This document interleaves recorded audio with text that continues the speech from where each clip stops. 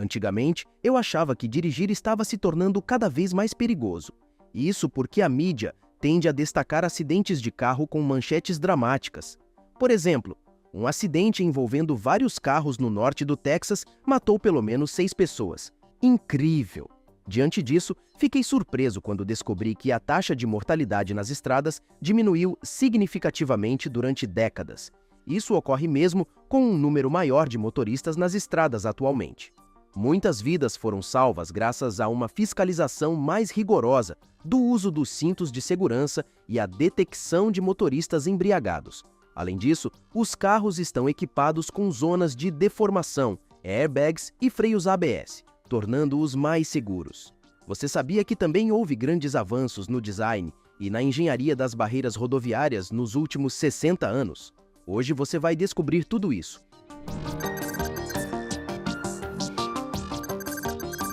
A relação entre uma barreira de proteção e uma de concreto evoluiu significativamente. Antigamente, veículos eram frequentemente esmagados durante acidentes. Atualmente, eles simplesmente rebatem, e explicarei mais sobre isso adiante. Substituímos terminais perigosos nas estradas, que nos anos 60 eram extremamente arriscados, por opções mais seguras. Me chamo Andrew e vamos explorar como as barreiras rodoviárias aprimoraram-se para proteger mais vidas. Os dispositivos de segurança nas estradas são produzidos por diversas empresas. Seus produtos são submetidos a testes de colisão práticos para assegurar sua eficácia. Nos Estados Unidos, os padrões de segurança intensificaram-se com o tempo. O critério mais recente é conhecido como MASH, sigla em inglês para Manual de Avaliação de Segurança. Este padrão, atualizado em relação a esse padrão de 1998, emprega veículos mais pesados e testes em velocidades elevadas e com ângulos agudos. Os produtos que atendem a esse MASH precisam ser robustos o suficiente para aguentar impactos intensos. Na Europa, o padrão adotado é o EN1317, seguindo princípios de segurança parecidos. Os produtos aprovados pelo MASH são categorizados em 6 níveis de segurança. O nível mais básico é o TL1, enquanto os mais avançados, como o TL6, são capazes de interromper até caminhões-tanque, sendo estruturas imensas e atualmente raras em nossas vias. Cada nível exige que os dispositivos passem por 3 testes. Primeiro, o equipamento deve evitar que o veículo capote, pois isso aumenta o risco de lesões graves em passageiros. Se falhar, é necessário um redesenho. Segundo, o veículo não pode inclinar-se além de 75 graus nem ultrapassar a barreira. Terceiro, é essencial que não ocorra penetração ou compressão do espaço dos passageiros, mantendo as forças de impacto dentro de limites aceitáveis.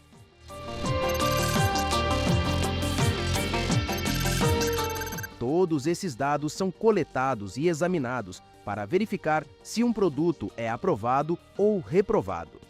Os equipamentos que seguem os padrões do MASH são obrigatórios para novas instalações, como as barreiras de concreto. Essas barreiras são componentes cruciais no sistema de segurança e evitam que veículos se desloquem para áreas perigosas como edifícios, corpos d'água e vias de tráfego oposto. Porém, as próprias barreiras de colisão podem ser um risco, devido a seu tamanho e proximidade, tornando-as mais suscetíveis a serem atingidas. Isso pode elevar o número de acidentes, mas lesões graves e mortes tendem a ser significativamente reduzidas. Preferencialmente, é melhor que os veículos saiam da estrada para uma área segura de terra, denominada zona livre. Essa zona permite que os motoristas recuperarem o controle ou atenuarem a gravidade dos acidentes. Os engenheiros podem projetar essas zonas eliminando riscos e nivelando o terreno conforme as normas, que definem aspectos como inclinação e largura necessárias. Entretanto, nem sempre é economicamente viável ou possível criar uma zona livre suficientemente ampla, e nesses casos, as barreiras se tornam uma opção. Existem 3 tipos principais de barreiras: de concreto, de proteção e de cabo. As de concreto são comuns e, embora simples na aparência, possuem uma engenharia sofisticada. Muitas têm um perfil não vertical, esculpido para minimizar as forças de colisão. Em uma colisão, o veículo é elevado pela superfície inclinada, o que dissipa energia e reduz danos tanto para os veículos quanto para os ocupantes. No entanto, esse movimento de elevação pode causar capotamentos em altas velocidades e ângulos de impacto específicos. Para mitigar isso, os engenheiros desenvolveram formatos que aumentam a estabilidade e evitam capotamentos, como a barreira de Nova Jersey, única inclinada, e F, barreiras verticais, frequentemente utilizadas em pontes, impedem que os veículos sejam lançados para fora. Por outro lado, elas intensificam as forças de impacto e danos às rodas, podendo causar viradas bruscas para o tráfego. Forças laterais elevadas podem levar a graves ferimentos na cabeça dos ocupantes, aumentando consideravelmente o risco de fatalidades. Por esses motivos, as barreiras inclinadas são mais usadas atualmente nas rodovias. Nas áreas onde não se pode permitir nenhum movimento de veículos, como perto de perigos, paredes de concreto são frequentemente instaladas. Quando há mais espaço disponível, um sistema semi-rígido é comum. Este pode incluir vigas de caixa ou, mais frequentemente, barreiras de proteção corrugadas fixadas a vigas de madeira ou metal. Essas estruturas são fixadas no solo com um sistema robusto de postes. Em impacto, os postes giram para fora e para baixo, transferindo energia cinética para o solo, o que diminui as forças de impacto. Além disso, o trilho se desprende, mantendo-se na altura apropriada e em contato com o veículo, o que ajuda a prevenir danos adicionais. Em designs mais antigos, o trilho tende a permanecer conectado e pode causar rasgões, permitindo que o veículo transpasse a barreira. Se os postes não girarem adequadamente, isso pode puxar o trilho para baixo. A nova barreira de proteção, também conforme os padrões MASH, apresenta ajustes como aumento de altura e mudanças na conexão com o trilho para melhor conter veículos mais pesados e impedir que os mais altos ultrapassem a barreira. É provável que inclua um bloco de deslocamento para evitar que as rodas fiquem presas, o que melhora a estabilidade e reduz as forças de impacto nos ocupantes.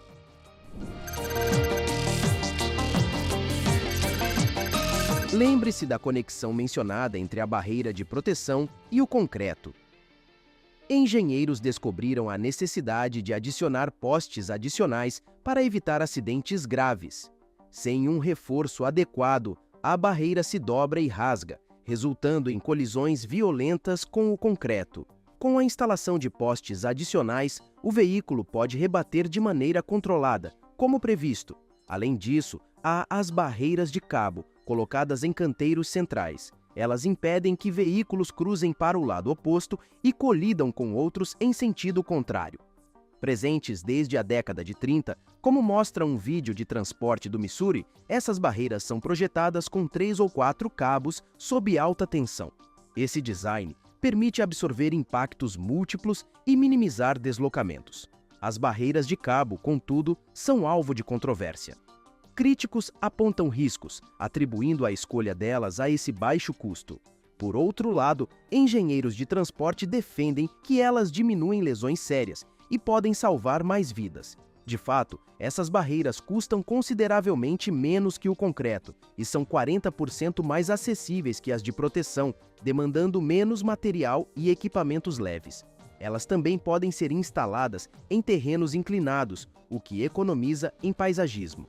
Em contraste, barreiras de concreto necessitam de maquinário pesado e de um terreno mais preparado, elevando os custos. A desvantagem principal das barreiras de cabo é permitir maior penetração do veículo, pois é mais fácil deslizar entre os cabos. 2 estudos abrangentes, que analisaram mais de 10.000 acidentes, indicam que as barreiras de cabo não são mais perigosas que as de concreto. Em relação à segurança, mostraram uma taxa de mortalidade similar ou um pouco maior que o concreto. No entanto, não é amplamente divulgado que as barreiras de cabo reduzem lesões quando são esticadas com o impacto, dispersando as forças envolvidas. Esses estudos também notaram uma redução significativa nas lesões gerais. Além disso, esse estiramento ajuda a prevenir que o veículo seja projetado de volta para o tráfego, causando um segundo acidente. Importante destacar que o menor custo das barreiras de cabo possibilita a construção de mais barreiras por um mesmo orçamento. Esse fator é crucial, visto que os recursos são limitados e muitas estradas permanecem desprotegidas. Na escolha do sistema adequado, engenheiros consideram vários fatores, como o volume de tráfego, tipos de veículos e características da paisagem. Nas extremidades das barreiras, geralmente são instalados terminais de proteção que ajudam a salvar vidas em caso de colisão. Nos anos 60, predominavam designs que distribuíam o impacto por mais partes do veículo, embora esses modelos pudessem ser perigosos se atingidos diretamente, resultando em lesões graves.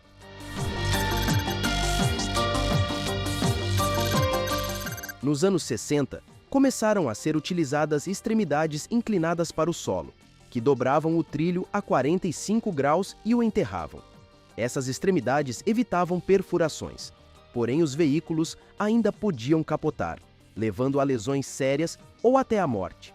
No início dos anos 70, foram desenvolvidos terminais de cabo de ruptura para reduzir essas perfurações. Eles funcionavam permitindo que a extremidade deslizasse para longe, enquanto postes se quebravam para redirecionar os veículos para áreas seguras. Essa tecnologia prevaleceu por 2 décadas, mas acabou substituída devido à sua rigidez excessiva para veículos pequenos e o risco de perfuração. Atualmente, dispomos de terminais que absorvem energia e aumentam as chances de sobrevivência em colisões de alta velocidade. Um exemplo é o Sistema Terminal de Dobra Sequencial MSKT-MASH, com custo aproximado de $3.000. Tais terminais devem atender a 2 requisitos principais: proteger os ocupantes em colisões frontais e garantir a ancoragem da barreira de proteção. O MSKT, quando atingido de frente, amassa e dobra o trilho, dissipando energia cinética e desviando-o lateralmente. Além disso, seu poste e âncora são projetados para quebrar de maneira controlada, permitindo que a cabeça da barreira desacelere e controle o veículo. Curiosamente, o terminal também deve oferecer resistência quando o trilho é atingido lateralmente, mantendo os postes e o trilho ancorados, o que é vital para evitar que o veículo alcance áreas de risco. Outro sistema inovador é o Trinity Soft Stop. Seu mecanismo, quando atingido frontalmente, esmaga a barreira verticalmente e a dispara sob o veículo. Isso não só mantém a barreira fora do caminho, melhorando a segurança, mas também garante que o trilho permaneça ancorado. Esses terminais diferem das unidades mais compactas anteriores, evoluindo para as chamadas almofadas de colisão, utilizadas em frente a estruturas fixas como pontes e cabines de pedágio. Antes da introdução das almofadas de colisão nos anos 80, usavam-se extremidades inclinadas que causavam resultados dramáticos e perigosos. Atualmente, utilizam-se almofadas de colisão em 3 categorias distintas para garantir a parada segura dos veículos. A primeira categoria inclui sistemas sacrificiais, como barris de areia, que reduzem a velocidade dos veículos através da transferência de momento. Esses sistemas são relativamente baratos, custando aproximadamente $3.000, mas qualquer componente atingido precisa ser substituído e a limpeza é trabalhosa. Existem também almofadas como o QuadGuard M10, mais adequadas para locais com colisões frequentes. Quando atingidas, suas estruturas de aço colapsam, mas são projetadas para serem recuperadas e reutilizadas, simplesmente puxando-as com um caminhão. Entretanto, é necessário substituir os cartuchos internos após o impacto, e cada um pode custar em torno de $900. Em locais de alto risco, sistemas maiores podem necessitar de até 6 desses cartuchos, elevando significativamente os custos em caso de colisões frequentes.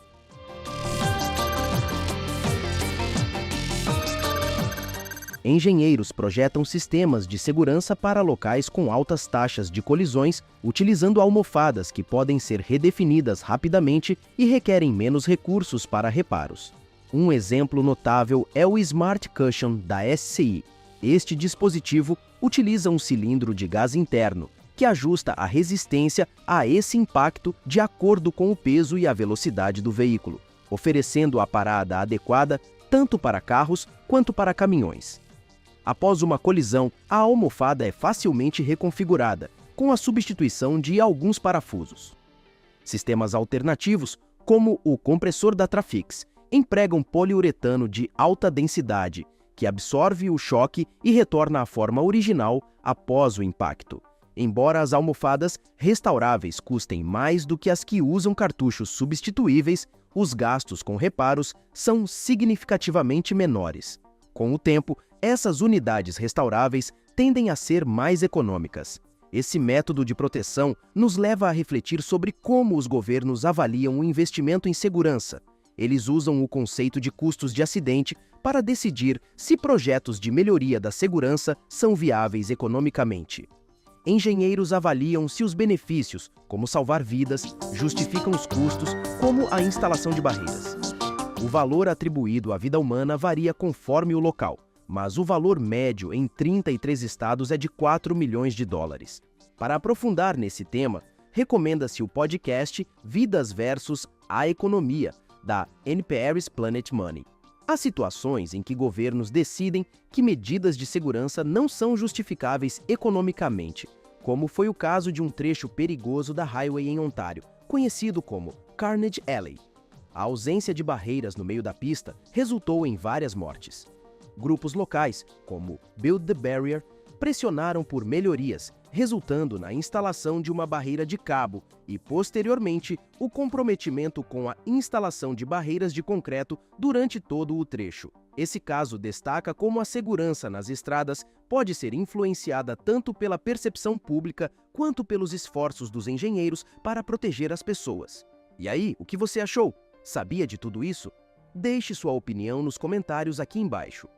Agora, quando o assunto são custos, segurança e economia, uma pergunta ainda não foi respondida para muitas pessoas. O que é melhor e mais barato para o consumidor?